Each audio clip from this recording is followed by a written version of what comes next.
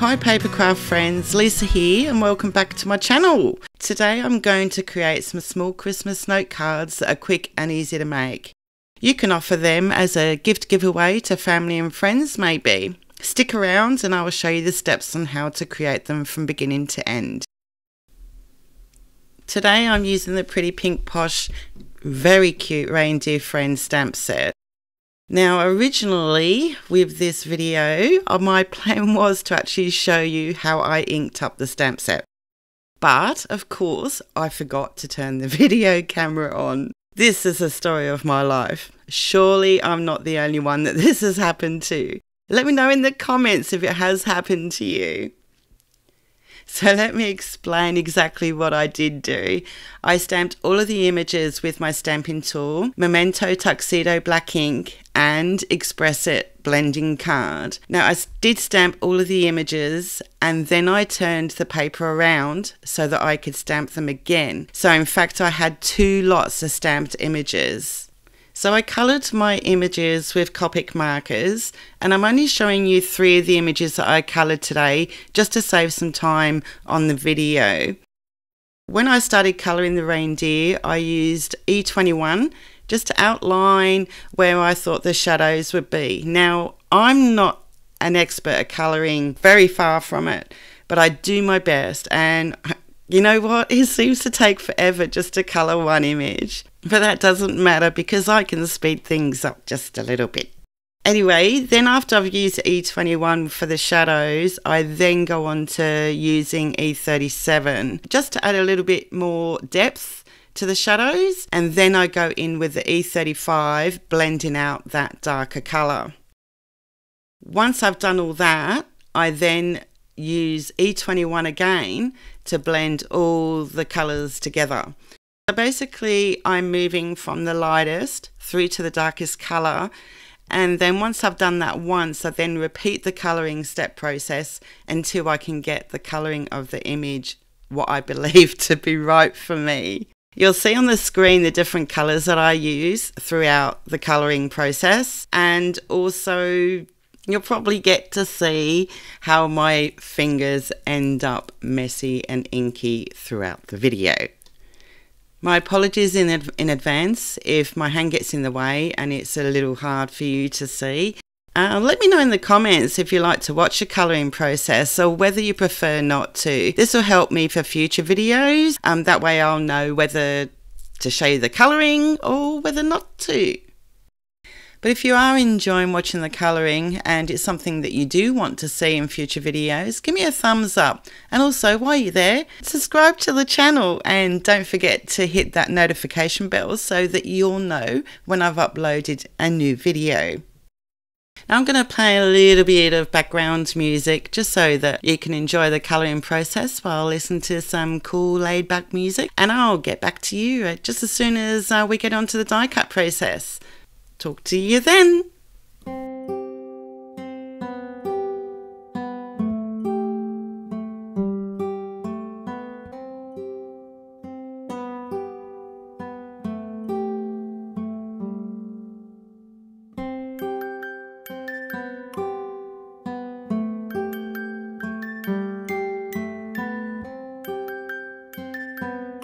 Just quickly popping back in. Note cards and mini cards can obviously be created for different occasions and sizes, such as Christmas, Easter, birthday, new baby. If you think about it, these little cards could also be used as invitations, such as like baby shower invitations or birthday party invitations.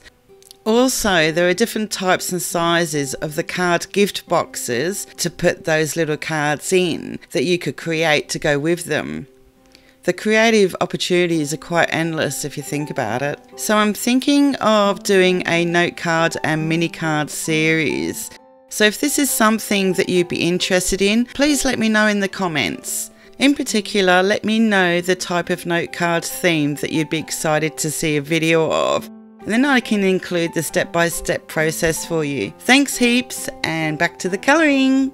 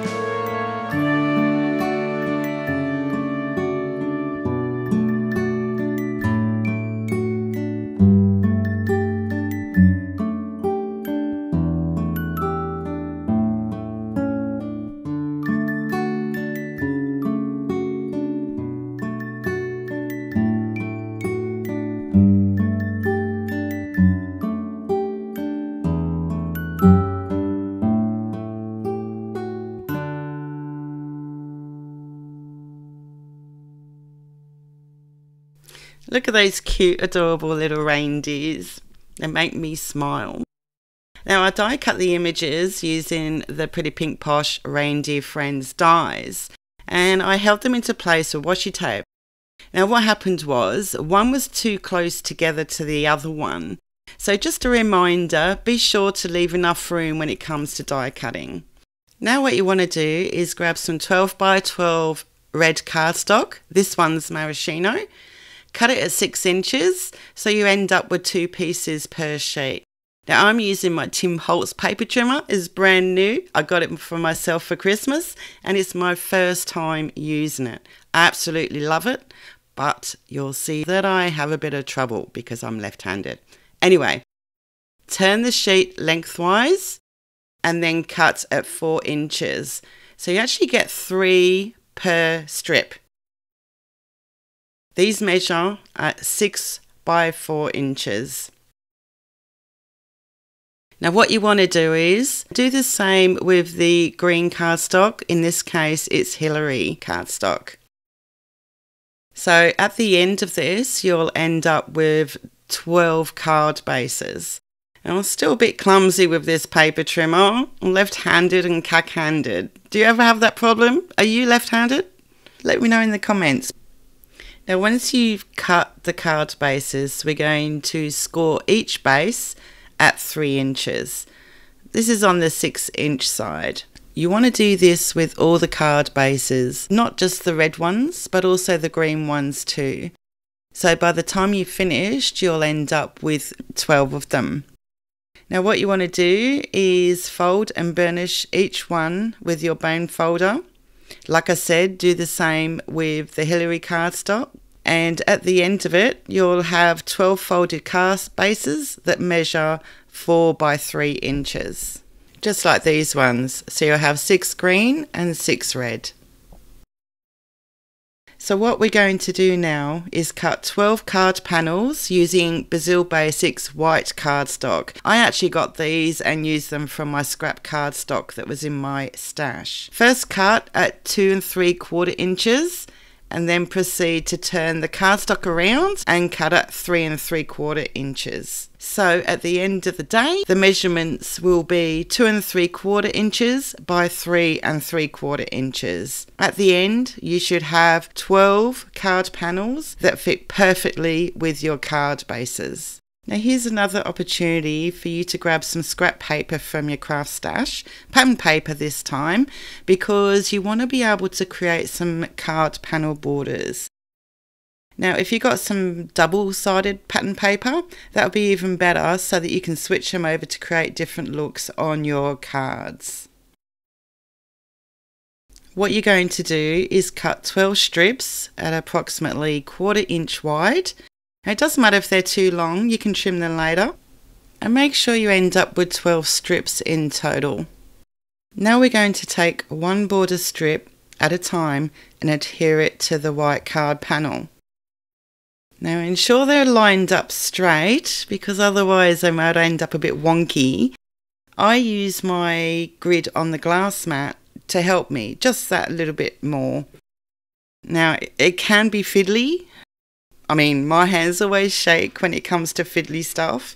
And remember, if you have double-sided paper, switch them around a bit. When you switch it around a bit, it gives you a little tiny point of difference on the card to make it more interesting. Not only that, if it comes from the same sheet of pattern paper, then the colours will coordinate extremely well together. Now this is where you can apply more glue to the strip ends if you need to do so, and also you can snip off the ends too with your scissors if it's needed. You should now have 12 card panels complete with your creative borders on the side. With using the Merry and Bright sentiment from the same stamp set, I stamped the card panel with Memento Tuxedo black ink. Now at this stage I feel like I've made a mistake by using the Brazil Basics textured cardstock because I was going backwards and forwards with the ink and the stamping tool trying to get a good impression. So my recommendation is if you have Bristol Smooth cardstock, use it. You'll save yourself a lot of time and frustration. You also want to make sure that your coloured images fit in the space provided before you actually stamp your sentiment. The last thing you want is your images overlapping your sentiment. Also make a note that I did actually stamp the sentiment in different positions of the card panel just to create a point of difference and a little bit more interest. Now that your card bases are complete and finished, gather them together and spread them out. And this is a time when you're going to organise the exact placement that you want your coloured images to be. Once you're happy with where you want which image on which card, then grab your adhesive. I actually use liquid glue to adhere mine to the card panel. I personally wouldn't be using any foam tape or anything that gives them any height or dimension, because if you're going to be presenting these as a gift to someone in a gift box, then you need all 12 cards to actually fit into that gift box. Now we're in our putting it together stage. Gather the card bases together, and what you're going to do is adhere the panels onto the card bases and line them up straight.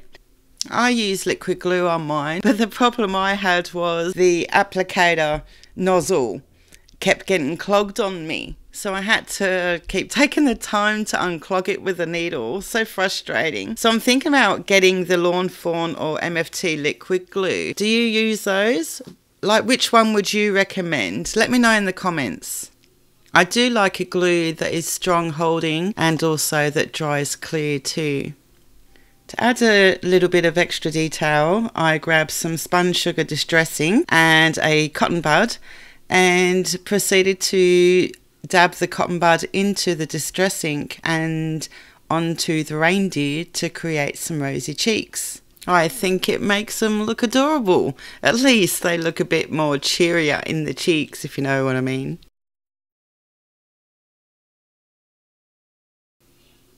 Next I added some Simply White Nouveau Crystal drops to the cheeks as well. I think that just that extra little bit of detail really helps an image stand out a bit better.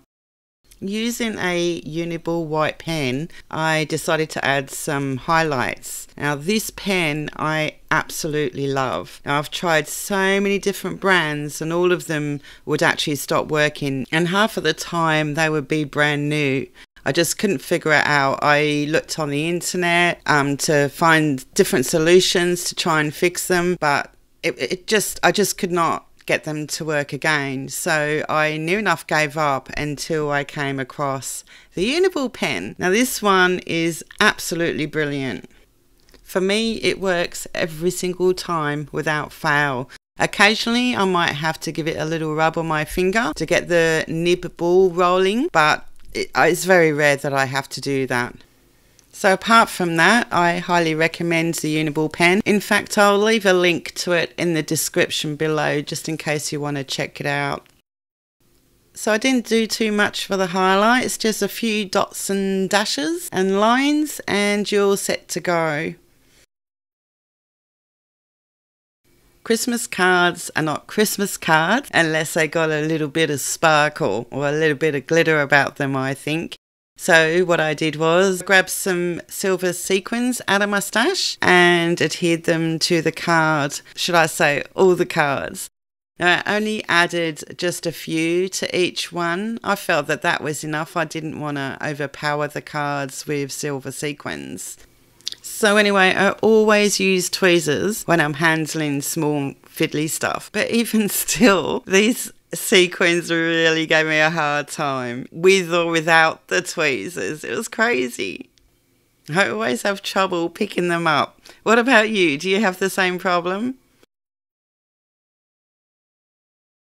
So here are all the cards completely finished. So we're on to creating the envelopes. You wouldn't believe it, I found an old 6x6 paper pad in my craft stash and there were exactly 12 sheets in there. Plus they were Christmas themed too. How awesome is that? To create the envelopes for the small note cards, I grabbed my We Are Memory Keepers envelope punch board. So line up your 6x6 sheet of paper to 2 5/8 of an inch. No, wrong side, snap ahead. Yep, that's the way, the other side. Then you score it down the other side after you've punched it. Next, you turn the paper around and then you line up the sticky out thing against your score line and then score across the other side. And you do this by rotating the paper each and every single time. Can you feel my pain? I just can't do anything with my right hand at all. My goodness me! Don't forget to punch your paper.